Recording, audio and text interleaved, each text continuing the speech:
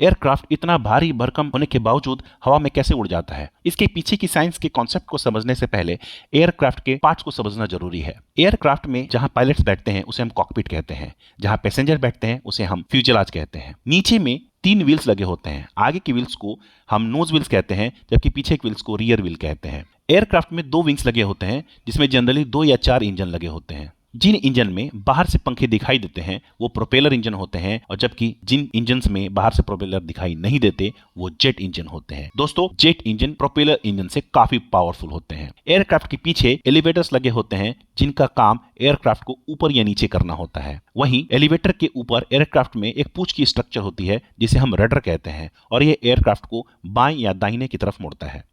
Aircraft में wings के पीछे कुछ फ्लैप लगे होते हैं जो खुलते या बंद होते हैं।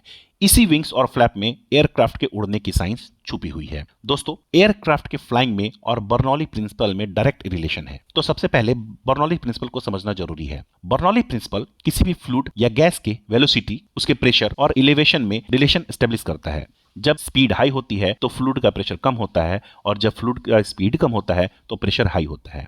तो बर्नौली प्रिंसिपल का एप्लीकेशन एयरक्राफ्ट के फ्लाइंग में है। अगर हम एयरक्राफ्ट के विंग्स को ध्यान से देखें तो इसका ऊपर का पोर्शन कर्व होता है, जबकि नीचे का पोर्शन फ्लैट होता है। जब एयरक्राफ्ट मूव करता है तो विंग्स पे आने वाली हवाएं 2 हिस्सों में बंटती है।